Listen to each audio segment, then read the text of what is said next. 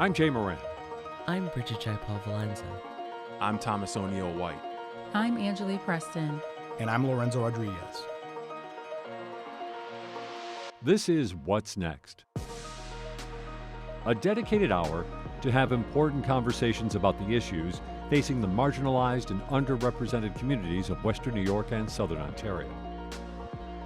We're going to have some real healing. We've got to have space to tell some uncomfortable truth. What's Next continues our mission to discuss race, equity, and the common concerns of Buffalo's East Side and beyond. In the suburban area, everywhere, we must work and teach our children.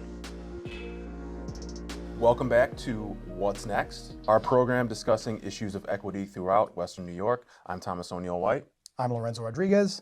As Buffalo Public School children return for their first full week of school, we wanted to talk to some students and some parents about concerns they have as they head into the new year.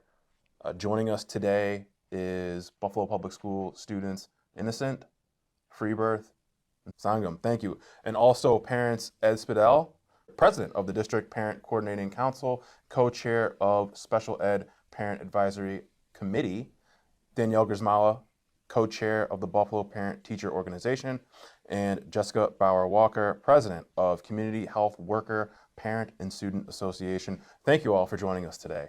Welcome. Thank you for having us. So we're doing this conversation a few days before the start of the 2022-2023 school year.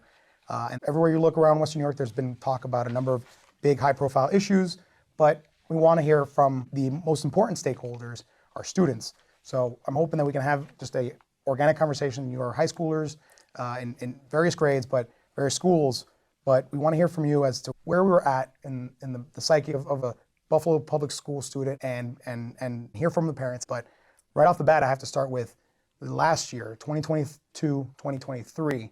How would you all characterize that school year for you? What were some of the things that stood out? Where were we last year? Hello, my name is Innocent, and last year was pretty chaotic, I would say, because I go to McKinley and I feel like the principals were getting switched and some principals weren't doing the job they were supposed to. And as a McKinley student, I feel like I would like this school year that's coming up to be more productive, have some rules that are not really, I would say, good rules, have them fixed. Like, yeah, what are some of those that come to mind? An example I would say is suspension. A lot of students from my school get suspended yearly, and I would say we could fix that with solutions instead of suspensions. That's a big thing we're doing in community health work. We're trying to advocate for that. Freebirth, in your school, how did you see last year go? I go to performing arts. Generally, the school year was good for me, but the issues that I've been having, detentions and school suspensions, or in school suspension because of detentions. Well, for me personally, suspensions outside of school hasn't been something that I've personally experienced a lot. But in-school suspension is still a big issue just because you're not in class, you're sitting in a room, not necessarily learning anything. There are certain subjects that you, I guess, could teach yourself, but there's other things that you need to be in a classroom with other people learning with a teacher and a professional that knows, what they're doing. And the main reason that we're in ISS is because of detentions. If you get past a certain point, you have to go to detentions. And I don't think that that's necessarily fair, just because when you're not going to detention, it's for me, I know, and a lot of people that I know, it's not because, I just don't want to go to detention today. We have things to do outside of school, not just fun things, but things like going to work, or I don't know, well, personally, this isn't an issue for me, or but going to pick up your sibling from the bus or whatever. I used to do that, not with my sibling, but cousins and stuff like that. So there's things outside of school that you need to do. And if I can't go to detention for the 4 days, it's this is a daily routine type of thing. I just don't understand why I have to be, taken out of class for that. That doesn't necessarily make any sense to me. And, with the phone thing, I have been in there because of my phone before.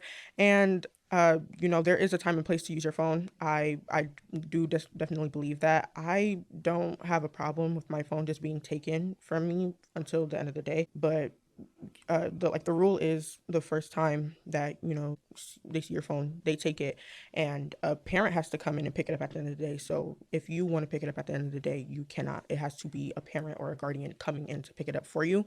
And then if they see it like a second time or a third time, they take it for 5 days, or you decide like I need my phone. So like you go to in-school suspension for 5 days, and that 5 days includes, well, it doesn't include the weekend. They can have it over the weekend, and that wouldn't count towards like the extra 2 days that you have when the week starts. And I've had problems where my phone was taken and I couldn't get inside my house because I couldn't call. I couldn't call my siblings to see, who was in the house. Normally, if no one's in the house, I can go somewhere and, wait with my friends. And after a certain time, like, okay, now it's time to go home. But I was outside for an hour because, I didn't have a way to contact anyone to see, like who was in the house, who could let me in and stuff like that. And they, think that they're I guess that like they're responsible for us getting home safely, but it's like, yeah, I was at home, but I wasn't inside my house safe. It's a tough so. one because we're in a point now where everything's digital and you need your phone for communication. Right. But also, I remember a time when we started getting phones in school and it was no cell phones in school. That's fine, but there's a balance there that Right. I don't know. It seems like we're not striking. And Sangam, how about you in your last school year? Last school year, I go to MST. Last school year was pretty chill, but there were some few fights, and I got one detention for being late to a class. So I had to sit in a basement for the whole period of class. Yeah, that's about it. Sitting in the basement? Yeah, they have a room for detention. If you're late to anything, you go to the basement. You just sit there. Yeah, maybe they will bring you some paperwork to do. That's about it. But now I heard they change it. Like last year, they change it. They give you detention after school. So if you're late to a class, you could still go, but they'll give you a paper. You give the paper to the main office. They will hold you after school. So if you have something going on after school, you won't be attending it on time, most likely. Yeah. So, well, I guess one of the things I'm hearing, what we're hearing is one of those big high-profile issues is code of conduct, suspensions, just disciplinary action. And real quick before, I guess we can start delving into what 2023 school year and what we're looking into. First off, how is the suspension? You mentioned your detention was down in a basement. I didn't know any of that. That's interesting to hear. But suspensions, how do those play out? You get suspended and... How suspensions work? I don't have like a lot of experience being suspended. I've only been suspended once. Well, when you said you were in ISS, you said you kind of had to teach yourself. Are you not getting the work from your teachers during that time? You are getting the work, but getting the work doesn't necessarily matter when there's no teacher to teach it to you. The subjects in history, normally it's you read a passage and, answer the questions. That's easy. But if you're like math, you can't necessarily do that. Geometry, it's hard. You know, if you get a worksheet and you're learning, like last year in math, we were basically learning like something new each day. So maybe if it was something that we've already been doing and how to do, but if you're learning something new each day, just because you're getting the work doesn't necessarily mean that that you can teach it to yourself, especially with subjects like math. Like you see shapes on a paper and you don't know what to do with it. And I will say at Performing Arts, most of our teachers are like very like willing to like come down and help you with stuff. When they have the free time, obviously they have classes that they have to attend to, but when they do have the free time, they will come down and, try and help us and see what they can do while they have that time. But it's not a lot of time. It's not a whole class period. So you won't be getting like the knowledge that you need to do the work. Parents, suspensions, that's a big one. What are the initial thoughts here on it? I think that we've been working on this for such a long time. I've been working on this for over a decade, and it's really unfortunate that our students are still dealing with this. We over a decade ago, lost a student who was suspended for roaming the halls, not even a serious offense at Lafayette High School, and he was shot and killed at a bus stop. And that kind of stuff has to make us stop and really re-examine what we're doing.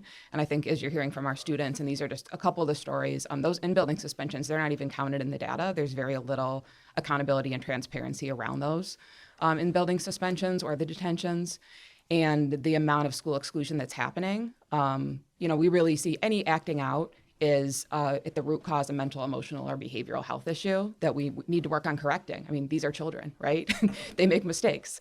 They act up sometimes. They're going to be late sometimes. So what is the appropriate consequence? And we try to separate, punishment from consequence. So there's ways to have consequences without punishing our children, without putting them in a basement with, no teacher to educate them, without giving them an opportunity to get breakfast when they're late or not let them go to class. That just seems counterproductive.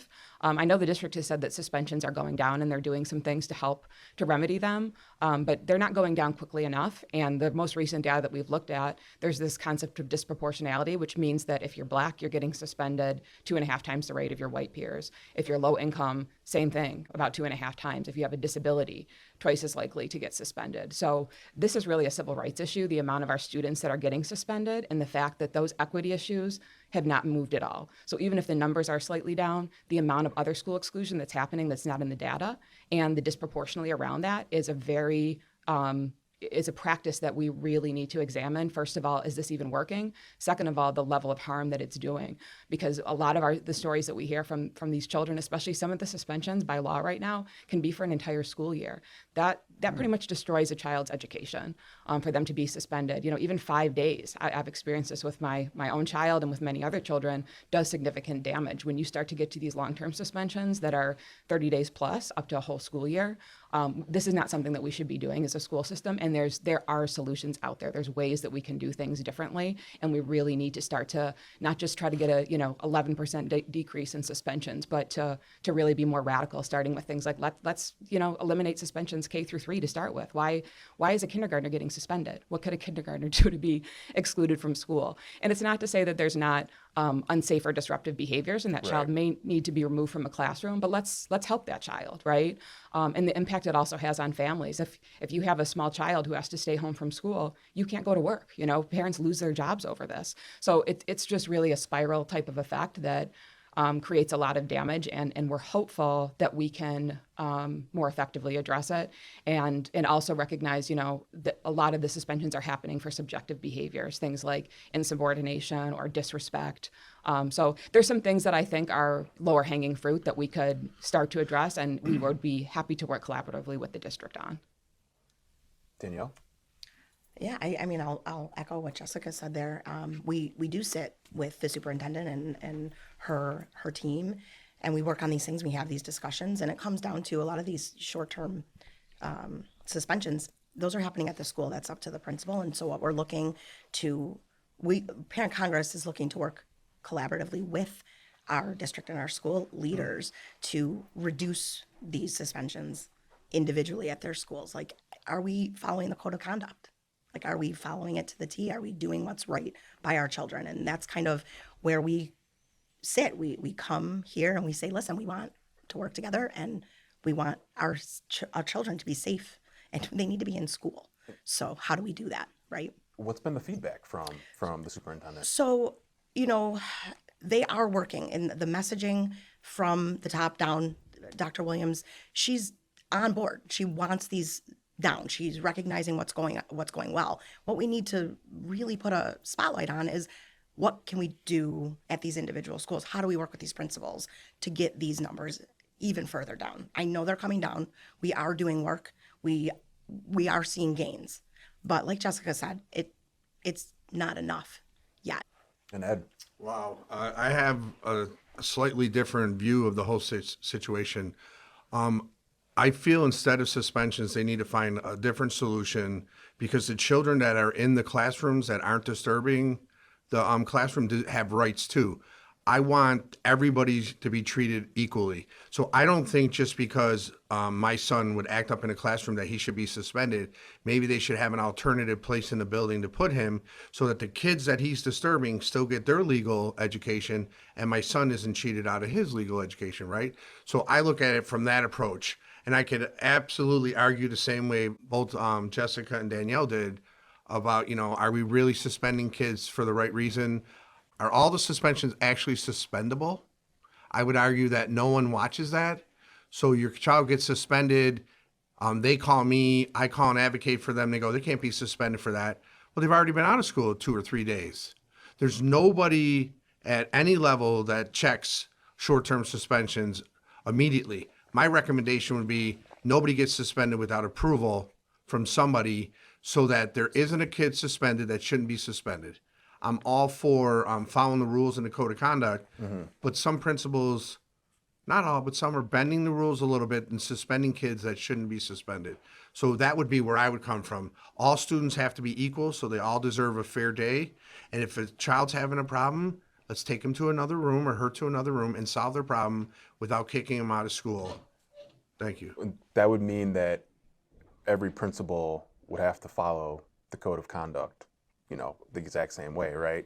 There can't be any deviation from what the code of conduct says. Some of it is it's subjective, right? And I think that's part of why we advocate for parents to have advocates, because I think a lot of what we experience and what our students tell us is a lot of this is misunderstandings. I mean, that's conflict in general, right? When we sit down and talk through it, a lot of times we can come up with a solution. And so that's a lot of the work that we've done as parent advocates, even if I'm trained as an advocate, but when I have an issue with my own child, I bring an advocate in with me. And I think that needs to happen a little bit more. That's why a group of us came together last year and started a Buffalo suspension hotline, just to help make sure that parents and students know what their rights are and have somebody to represent them, because again, it's serious to be removed from school. So we do have a suspension hotline that is open, and parents can call if they're dealing with this issue at 716-220-7081. And again, our intention is really not to come after the district, but to support parents and make sure that everybody's rights are respected and that we're problem solving instead of punishing. We brought up in this conversation at one point the issue of conflicts. They're going to happen. Bullying is going to happen. This is a response to that. Suspensions could be that. Bullying is a national problem. It's a societal problem. What are you seeing as far as bullying in your schools? How is it being addressed? It's something that the Board of Education and Superintendent Williams has also made paramount to tackle this year. What are you seeing in your cases? Most of the bullying is it's just little things that people do. Maybe someone that doesn't like you and you walk past and they start snickering or whispering in people's ear or just making things up about you. And if you go to someone, they will tell you you don't really know that's who they were talking about. You don't know that it was you that they were talking about. You don't know that it's you that they were laughing at. You don't know that it was them that who spread this rumor or whatever. So it's basically a bunch of he said, she said, and it's things can be proven though.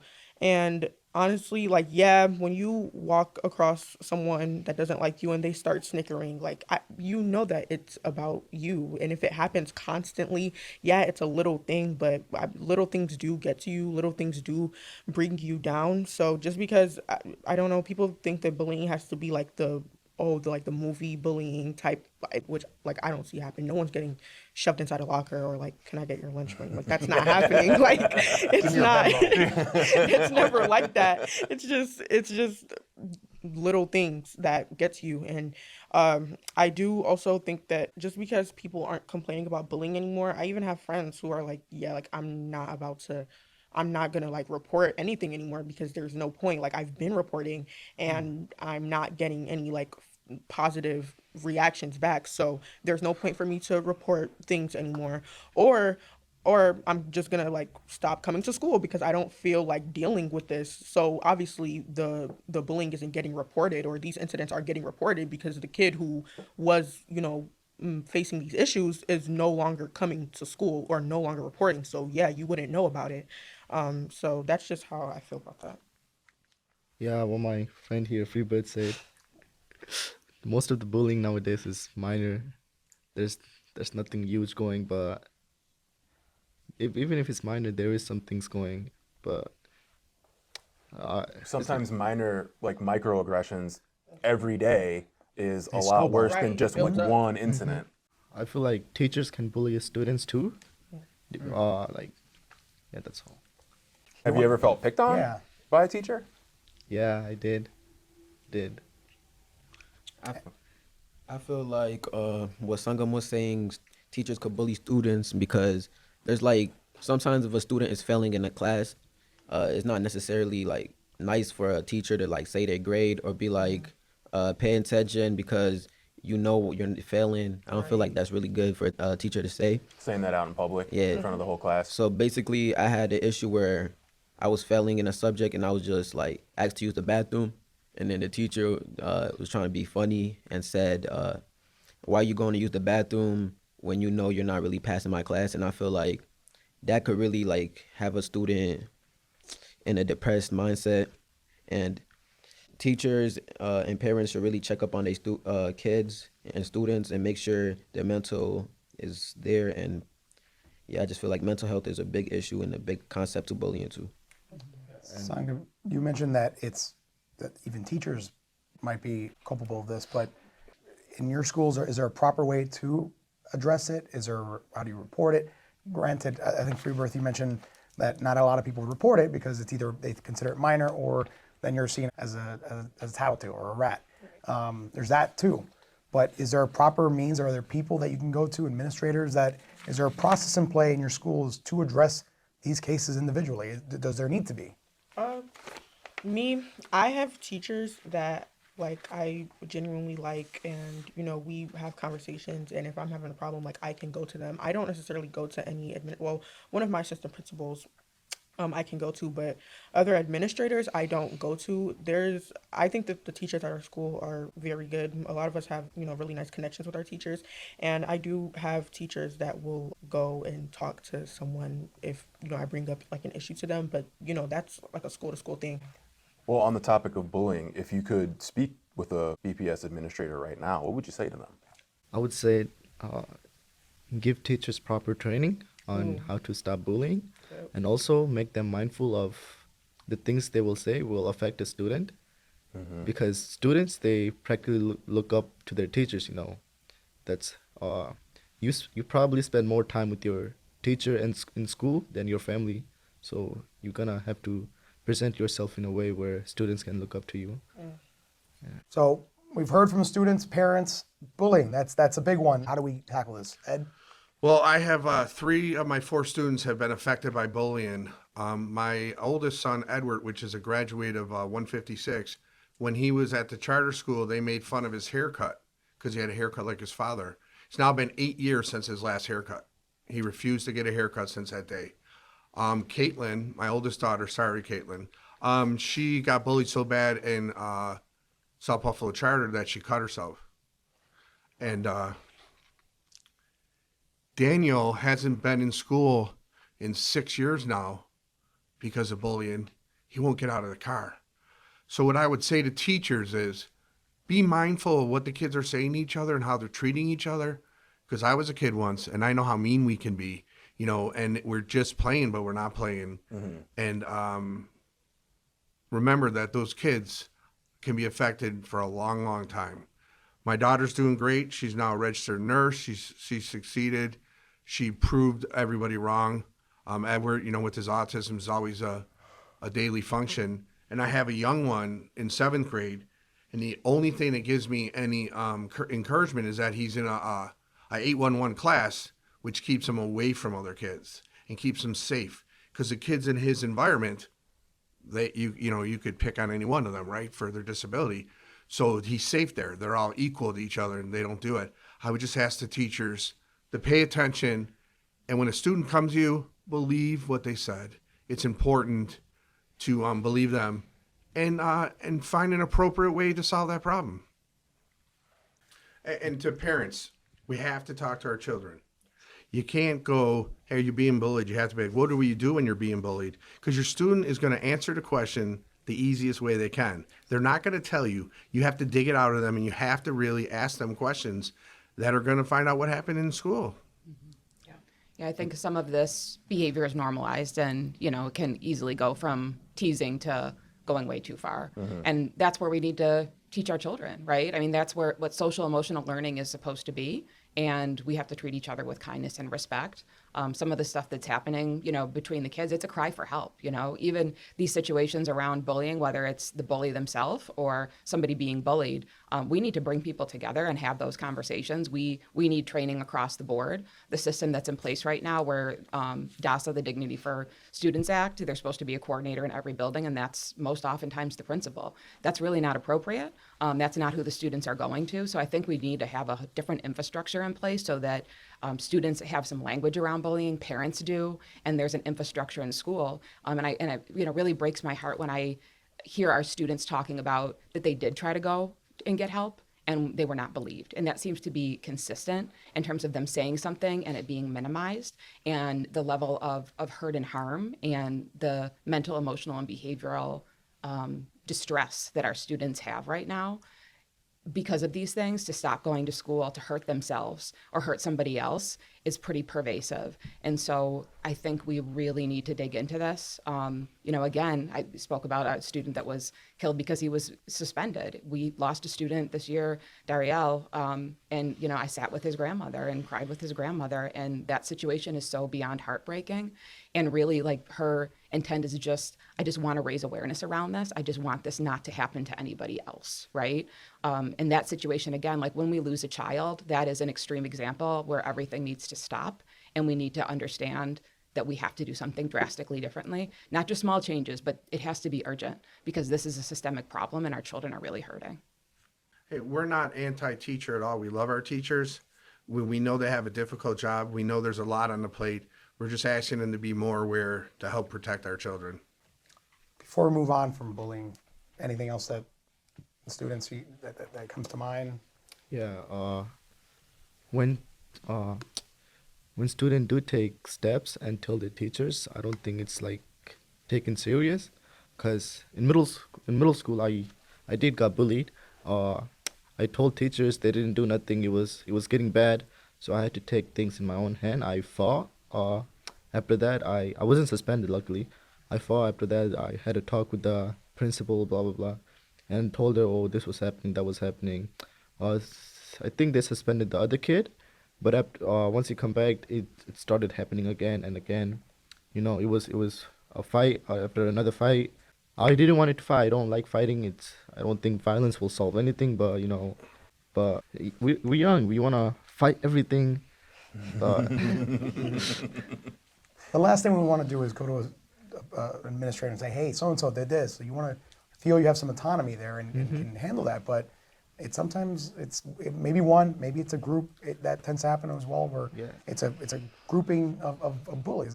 You're outnumbered. Yeah. So it's not easy. It's not a cut and dry scenario. Every incident should be treated individually, but it's hopefully getting to that point where we take an account of each of these cases and really assess what's going on, because it spirals out of control after a certain point, and that's what we don't want.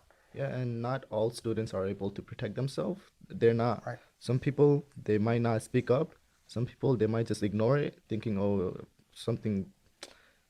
Students that, especially when we're young, we don't open up to nobody, like especially nowadays, to our older folks, like principal, maybe those people, teachers. We don't open up much often, so we just take things in our own hand. But I don't recommend doing that. It's not safe. Innocent. Back to bullying, I suggest we should do a restorative circle, because I genuinely feel like bullying, as soon as you tell the person, he feels triggered and wants to continue, and he feel more like I got him. I got him. And he basically wants a response every time. And if the teacher just tells him to stop, instead of actually solving the issue, get into a circle and making sure, why is he bullying? Why is this happening? I feel like he would just continue and continue and continue, and there would be no stop, because he loves attention. Does McKinley do restorative circles? No. Oh. We need a... For those that aren't familiar, what does a restorative circle look like? So restorative circle looks like basically you're in a circle and nobody is more in power than anybody else, and you'll have a conversation. And if the conversation gets too in-depth, you take a break, like a 5-minute break, and then get back into the conversation and make sure everything is resolved. So there's still a lot to be done there when it comes to bullying, but we have a lot to talk about still in this upcoming school year. One of the other big ones that we've all heard about is bus commutes, transportation, schedules. We have a bus driver shortage, and it's causing delayed bus routes. Some students are having to wait or be on a bus for 90 minutes. Elementary schools, students lose about 30 minutes of learning as a result of inefficiencies in these bus routes. So we've gone to a 3-tiered bus system, or a 3-tiered bell system, rather. For those listening that don't know, some schools will start at 7:30 and end at 2:40. Some start at 8:20 and end at 3:30, and 9:10 a.m. start time to end at 4:15. The hope here is that it'll maximize our bus driver routes, it'll alleviate lengthy commutes, and help students with after-school activities, sports, hopefully help parents and their schedules to line up. But this is a new thing coming in this year to the students. What are the thoughts that come to mind with do you take the bus? How do you get to school? In 9th grade, I took the bus every day to school. There was a big issue then too. Like, there's like specific bus routes that are very inconsistent. There's apps on your phone that you can download to see when your bus is coming, but that's not always accurate. Sometimes the bus will ride right past you, and sometimes it's not even their fault, but like the buses are just like sometimes just packed, and you can't sit down, so like they have to ride past you. I would say the bell system, it affects me just because I used to be late a lot. I couldn't get up early enough to get to school, and now I have to get up even earlier. And I don't know, it's a really early start time, and I hope that it'll fix bus issues. I know that there are bus drivers that even the things with like your phone, even if you have to be somewhere, or like you have to just wait like 2 weeks to get a whole new route on your card now. Freshman year, they weren't really checking, but last year they started checking a lot. And if you don't have a specific route on your card, they're not letting you get on the bus. Or even if you have like your bus pass from last year, they tend to look the same. So if you pick up one and you show them and you're like, oh, like I picked up the wrong one. It depends on the driver, but they're like, no, like you can't get on the bus. I've experienced it before. I've had friends that experienced it. They'll literally have like backpacks on their back. I go to performing arts, so like art supplies or whatever, like big art boards and just stuff in their hands, and they're like, no, like you can't get on the bus. And it's like, clearly that's a student, like that's a student, you can see that, and they like literally just won't let you get on the bus. So now, are we talking yellow bus, or are we talking Metro bus? Okay. Sangam?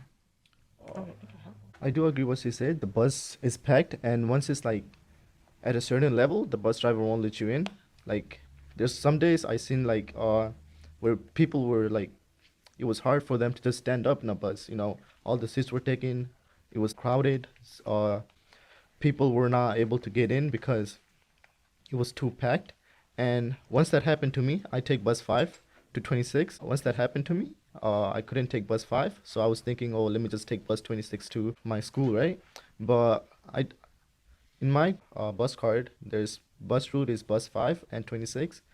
And me, I was trying to take 23 because I couldn't get on bus 5. But you wouldn't let me get on bus 23. Because it's not on the card. Yeah. Parents, this also affects you in a big way because the schedules are changing. We have our work schedule and other obligations. Parents, this new 3-tiered bell system, what comes to mind right off the bat? Well, as the only person that sat through every sunrise transportation meeting, it was the only solution we could find that would give our kids back a full day of education. So I spoke on behalf of the silent parents that didn't know how to come out and speak for their children, the kids who weren't getting to school on time, the kids that weren't getting breakfast, The children that weren't getting after school, they weren't getting field trips. Some days they weren't going to school because the bus didn't show up for hours. I, as a leader, felt it was super important to make sure the 3 bell time happened. Now, the 3 bell time has negatively affected my family, but I have to take that in stride because my son has access to a full day school now, and we'll deal with the extra time on the bus that he's going to have to spend, even though there should be no reason. We didn't change our address. We didn't change our school. The district just changed our route, which I'm working with them to change. But our children need to be in school, and they weren't getting there, and they need their breakfast. So we fought for that. On the buses, the metros, they can take any bus they want to school. They have to take the route home. And Parent Congress has argued the argument's 12 years or so that they've argued they don't want the routes. We finally got the routes off. They put them back on. They're saying it's because of fighting. And I'll say, I don't know if I believe that, because if I were going to want to fight you and I knew you were going to be somewhere, I could pay the $2 to go meet you and fight you, right? Like, I'm a teenager. I can figure out how to get $2, right? Like, me and you are going down, we're going to meet, right? I just know as an adult, I better go home first, because once I go home, the district no longer owns the rights to punish me for getting in a fight. So children, go straight home. Get home as fast as you can. And if you want to do something crazy afterwards, I would say don't do it, but do it after you've been home. Okay? We're not advocating for any sort of violence, everybody. Let's get to a positive, peaceful resolution. Harm reduction. But you use your smarts. You know, the district owns you. They're responsible for you until you walk in your house. A lot of people don't know that. I know when we talked to the students last week, they're like, what? I go, yes, they're responsible for you. So if something happens on the bus, on an NFTA bus, that is a disciplinary action that gets taken by the school. Or if our child gets hurt because the district didn't take care of them, we have a legal obligation to go after them because they're responsible to keep our child safe. And they're not doing a great job of it on the buses, but that's because they're not treating everybody with dignity. I mean, I'd have an attitude too if someone came over and wanted to check my bus pass all the time. I'm not breaking the law being at this bus station. You don't need to see my bus pass. The only time you need to see my bus pass is when I try to enter the train or the bus. There's no reason, in my opinion, that they have the right to look at that. Do you have any experience with the yellow buses, the school buses? Because it sounds like this is a disconnect with NFTA and people using the service. So we get door-to-door service with our children. We have children with autism. So our experience is a lot easier to deal with because we're just waiting in our house for the late bus. So, and we're usually one of the first kids picked up because we live in South Buffalo and we go to Olmsted.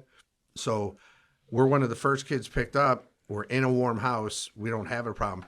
And when they come home early or late, we're in the warm house waiting for our kid. Some don't have that luxury. Right. Most don't have So that for our family, we have very little effect. And that's why last year I would say I took well over 150 calls for transportation problems. At School 64, the number I used about 3/4 of the year through was 45 times 1 to 3 buses didn't show up on time to take the kids home. And that was, you know, a third of the year at that point. And I'm like, guys, we got to do better. Children, we shouldn't be stuck on a bus or stuck in a room. What they were doing at Waterfront last year, they were taking the kids a half an hour early and waiting for buses. I really needed half an hour to get ready to load a kid on a bus. So it was inefficient. It was depressing to see it as parents. And the only reason we know that happened is because we were in the building. Most parents, if you asked them if the kids were short on their regular day, would say, what are you talking about? But the parent leaders who are in the buildings trying to solve these problems, we know it happened. And that's why we fought so hard for the 3 bell time. A lot of people are upset about it, but the people who are upset will just deal with it because the other children deserve a fair education and an equal education. Well, and we've also gotten information from the district. They are looking at the families that are the worst impacted, like that have a bus at 6:15 in the morning for a 7:30 start, because there are some, it's less than 1%, I'm told.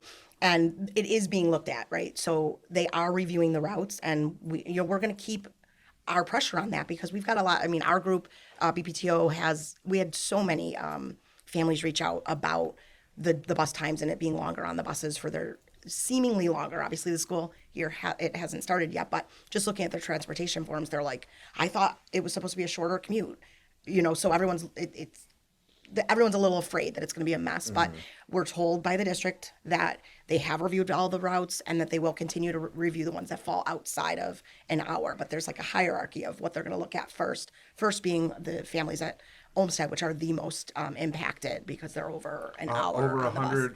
Over 100 families are getting picked up before 6:30. And we will say that David Hills has been quite helpful in trying to at least be honest with us and forthcoming with the transportation issue. And he's been a partner.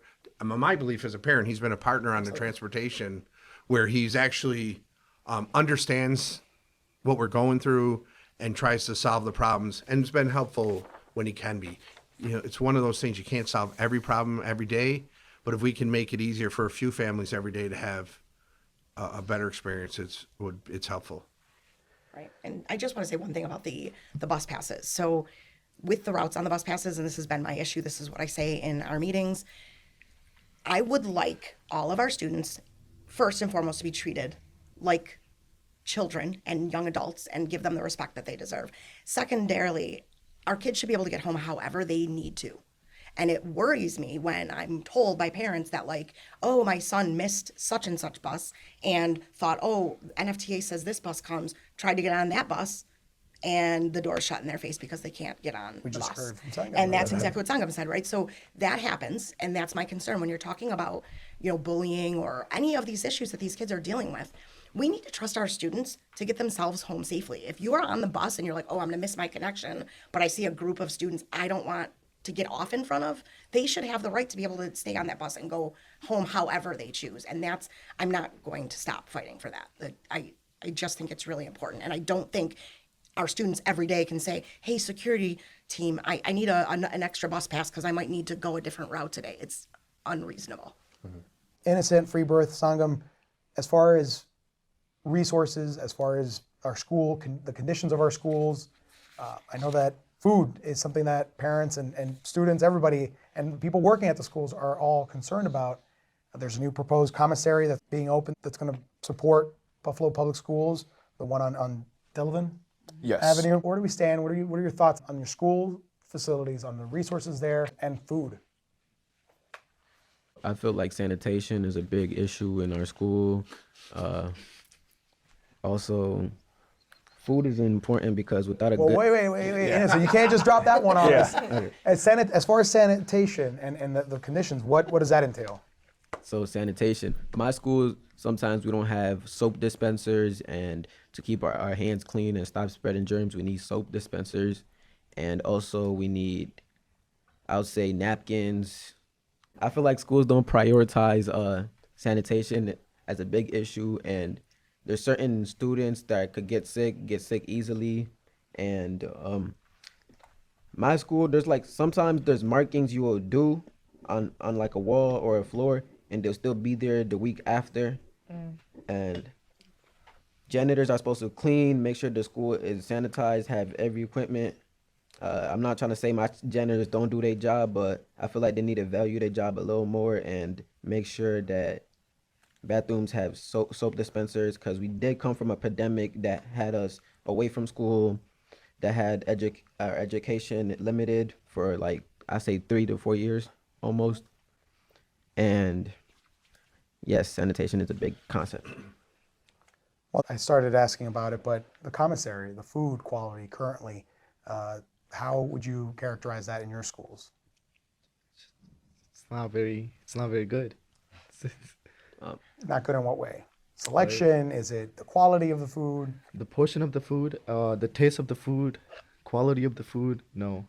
Unless it's some special day, you know, maybe like once every week you'll get something good in lunch, but that's about it. Other than that, the lunch is not very edible, you know. Right. Yeah. The once every week thing is very true. Like, it really is like once a week you will get something that's like, oh, okay, like this isn't too bad. But generally, like most of us, and most of me and my friends, like we eat the fruit and like kind of leave the rest when it's not something that like is, you know, good. But yeah, also we don't even have salad bars anymore. Well, I don't know, obviously school didn't start yet, so I don't know if we're going to, but like when I started there in 5th grade, there was salad bar, microwave. And we didn't get the microwave back until like it might have been like the middle of freshman year or the middle of last year. And we never got the salad bars back, but we have like salads, I guess. Yeah. It sounds like variety and quality are the big concerns with the food. Parents, you find that that adds up? What you're hearing on your end? Yeah, and again, this is an issue we've been working on for such a long time, and our food service department is phenomenal. They really, I mean, during the pandemic, they were helping with food giveaways and really trying to push food out to the community. And there is, speaking of kind of working together, as part of our wellness policy infrastructure, we have a nutrition committee that includes all different stakeholder groups. So we have an opportunity to get feedback from the students, from parents, from community partners, from academic partners that have expertise in nutrition and dietetics, and then from our district partners. So we have practice in kind of working collaboratively. We were able to get salad bars in the school in large part about 6 years ago with student advocacy. Our student community health workers at that time advocated for salad bars in the schools, went to a board meeting, supported a federal farm to school grant getting into Buffalo Public Schools, helped to co-create 30+ school community gardens. So a lot of good work has been done, and we have been really hopeful about these plans around a new food commissary, because it really is just a capacity issue at this point. But the salad bars were shut down because of COVID, and I'm not sure why they haven't been back up and running in all the schools. It's something that we've addressed as an advocacy issue, because if kids want to eat fruits and vegetables, why can't we give them that format for doing so? The students advocated for that, right? And there's issues in terms of just federal programming where some of our student athletes here that are in high school get the same portion size as a kindergartner. And so we have to supplement some of that too and get them some additional food and healthier foods. But right now, because most of our schools don't have full service kitchens and the Central Food Service Commissary literally is falling apart in certain areas, we have to have a new building to build that capacity, to train up the food service staff in the buildings, and to just have more fresh, healthy, culturally responsive food. So the food service department really wants to do this. We thought that the commissary was breaking ground this month. It sounds like there's been some operation and budget issues related to that, but this is a huge priority, because we all know that if we're hungry, we're not going to be doing much learning or work. Right. And so I think we need to, again, really prioritize this. I know the superintendent has said multiple times when she did her listening tour last year that food was at the top of the list in terms of student concern. So I think, I know this is like a simple thing that we can do. It seems like, I know we want to get up math and ELA scores, right? But if a kid is hungry, they're not going to perform well. And so I think we need to prioritize this as an issue. It seems like maybe this is not the work of the school district, but when you are in a low-income city where the food security is such a huge issue and so many of our children are depending on the school food, we really need to make this investment and figure out how to get this commissary built and give more high-quality food to our kids. I'd first like to address the cleanliness of schools. Not every school is dirty. 156, I was there today, is quite clean. I think it might have to do with the engineer in a certain school or staffing levels. So a lot of our schools are clean. So first. Second, the commissary. Wow, we thought it was a done deal. I sat through at least 2 presentations of this beautiful building that was going to be born, in 2025, right? And myself and Danielle toured the old building. The old building will not survive much longer. So if we don't build a new commissary, we're going to have to find a new building. Guess what? There's no new buildings in the city of Buffalo that size. So we have to stay where we're at. The rent's going to more than double. We're going to have to take $9 or more $1 million worth of repairs in that building, and we're going to have to spread it over 5 years. So now you're talking about, instead of spending $500,000 to house our commissary, we're going to be paying $3 million a year to house that. That's $15 million. That's more than a third of the project. We have the money. We expect the project to be done. We spend money on All High Stadium. That doesn't affect every student in the district. We're going to waste $26 million to send our kids to Buff State. So in 15 years, Buff State, like every other college, can kick our kids out. And we get very little return for that. We'll get 400 kids a year or so from Da Vinci that will go to Buff State. But we can't spend all this money to affect every person in the district. Every single person in the district has an opportunity to eat in the cafeteria. And when we improve the food by improving our commissary, more people might eat it, and we'll get better food and better food. And as the president of the District Parent Coordinating Council, we will have veggie stations back. We will. That's my goal this year. I'm gonna very aggressively seek, starting in high schools, that we get these back for the students. It's one of my main goals for the year. I don't understand it. I don't like the excuses. You know what? We don't allow our children to have excuses why they don't do their homework. So why do we allow our principals to have excuses and why we can't have our veggie stations now? So that's how I feel about that. I want to give some time as we wrap up here with our parents and our students. Parents first. Is there another issue that we haven't addressed here? Yeah, the way the district treats our children with disabilities. Our district has no respect for our children with autism. So this year, just recently in the last month, they told 400 plus parents that you're no longer in a 611 classroom. So I get a phone call from someone that says, hey, I gave a parent your number. Have them call me. The parent calls me and goes, I got a call today. They no longer are going to have an autism class at school 72. They told me to pick a school, and they gave them a list of schools. I go, well, pick this school. That's a good school. He goes, And to clarify, 611 meaning... Oh, yeah, sorry. The One ratio, teacher, it's a ratio. Yeah, one teacher, 1 aide, 6 students. They're changing it to one teacher, 1 aide, 8 students. So this family tells me, this is all great. I use sibling preference to get the younger kid in the same school. So the older kid can take care of the younger kid. Well, they're shipping the child with autism to a new school, and then they're not allowing the other child to go with that family. And then at Olmsted, they told 15 families, 7 of you have to go to City Honors or we're going to put you in a lottery. So they force families to leave, and some of the children aren't handling that very well. It's a big change. It's a school change. It's awful. So they wouldn't do it to any other kid. They just pick on our children with autism. So I'm going to attempt to bring a resolution to the next board meeting that says, and I'm hoping the board will bring it in the following month, that once a student is placed in a building, that student lives in that building until it ages out. So if you put a kid in the autism class at school 72, they stay to 8th grade unless they're going to one of the 3 autism-based schools. You shipping kids from school to school to school like they're just a number. It's so heartless, and it's really disgusting. And I could argue that the special ed department has committed a crime the way they're treating our families. And I hope attorneys are listening to this and they reach out to our families, because our children matter just as much as your children. And the people who made this decision wouldn't have let it happen to their families, but it happened to our families. And it's disgusting that, so our kids are always last. We're the last to be picked to do this. We're last to do, oh, don't forget their class. Oh, don't forget this.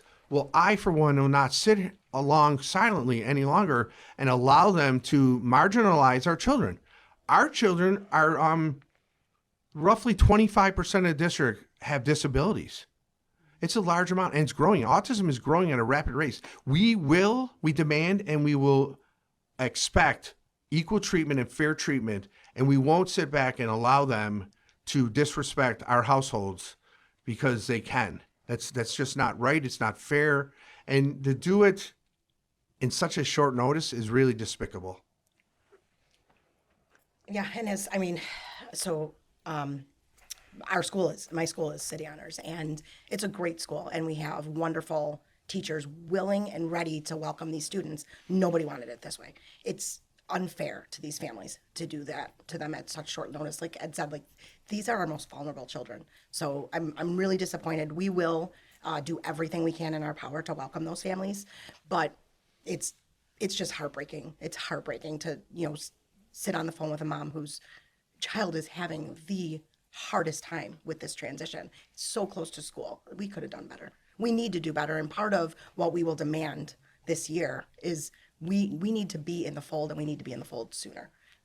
These surprises, thinking you can call us on a Friday and say hey, we need you on a Monday.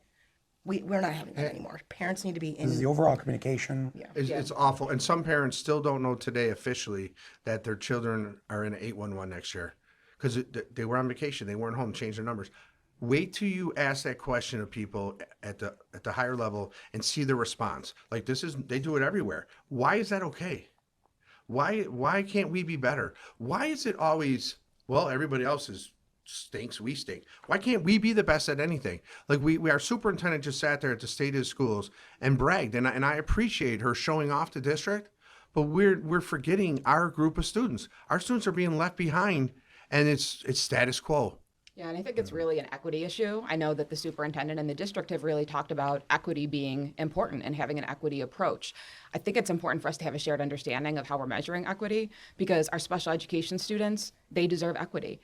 When you look at, certain indicators like suspension rates, there's a major inequity that's there. We have schools like City Honors next to some other schools that are very disparate in terms of the quality of education that they're getting. The amount of communication is provided to parents. And so let's really talk about what equity looks like. Let's make sure that our students who are the most vulnerable, and there's a high volume of vulnerable students in Buffalo Public Schools, are getting what they need. And I hope that we can interrogate that more and work together on that this school year. We are young. We make mistakes. I feel like we covered a lot of interesting topics, and I really don't got a lot to say, but thank you for having me here today. Yeah, thank you for having me here. Anything else from the parents?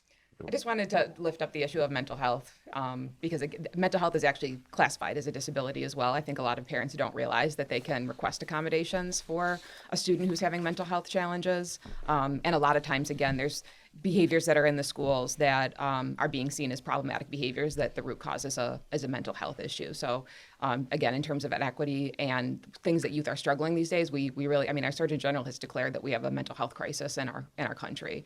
And we see that with our children, Buffalo in particular, with the pandemic, with the mass shooting, with the deadly blizzard, the amount of crisis and trauma that has been layered on this population of youth, the pressures with social media and all of that. We need to really be looking at mental health and coming up with both individual, family, and community interventions, dealing with trauma in a comprehensive way, and recognizing that, mental health, it's not just like a light thing to do, but some of our children really need those types of supports, and you can request accommodations, and parents should know that and know where to go to get help and get supports and services that are appropriate for their children.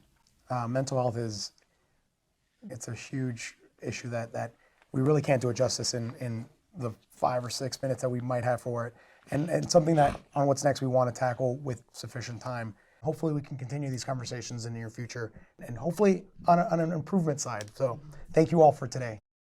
We would like to thank all our students who participated in our panel, Innocent, Freebirth, and Sangam, as well as the parents, Ed Speidel, Danielle Grzymala, and Jessica Bauer Walker. We were hoping to have a conversation preceding this one that would involve BPS administrators and representatives. Rich Nigro, the president, and Melinda McPherson Sullivan, the vice president of the Buffalo Teachers Federation, had agreed to join us along with Larry Scott, the vice president of student achievement and board member at large of the Buffalo Board of Education. But we received no response from the Buffalo Council of Supervisors and Administrators. Given how important they are to implementing the district's rules and regulations, we felt we could not have a comprehensive conversation without them. Our invitation still stands for all to join us on What's Next. Superintendent Dr. Tanja Williams' office responded to our request, and while we were unable to involve her in this conversation due to scheduling conflicts and hope to speak to her in the near future, her office provided some remarks regarding some of the concerns brought up by our student and parent panel. On the topic of suspensions, the Office of the Superintendent stated that, to date, short-term suspensions decreased 7.5%, and long-term suspensions have decreased by 24.7%. The district also encourages parents and caregivers to contact the school administrators of their child's school directly with concerns about their child's discipline so appropriate actions can be taken. The BPS Code of Conduct was updated over the summer based on 2 community meetings to gather input from students, parents, and the community. Regarding the 3-tier bell system, the superintendent's office states that for the first time since 2015, all morning bus routes have been covered, and routes are 17% shorter, and average ride time is 22% shorter. In regards to bullying, on August 16th, the Board of Education passed a resolution on DASA and incidences of discrimination and cyberbullying, and the superintendent looks forward to working with them this fall to not only provide the requested information, but to further strengthen BPS's anti-bullying and harassment initiatives. They've held multiple trainings regarding bullying for all staff that will continue throughout this school year. We're told the crisis prevention and response student supports teams include student counselors, social workers, and psychologists. Restorative circles were also conducted with students. Regarding the new commissary, the superintendent's office states that they are working with federal, state, and local officials, including the New York State Department of Education, on the next steps for the proposed commissary. In regards to the 811 change for autistic or other health impaired students, Superintendent Dr. Tanja Williams specifically stated, "In hindsight, I certainly wish we would have handled the rollout of this significant change very differently. But we are doing everything possible to ensure these students have a happy and successful year." We thank you for listening to the special episode of What's Next on WBFO and WBFO HD1 Buffalo, WOLN Olean, and WUBJ Jamestown, your NPR station.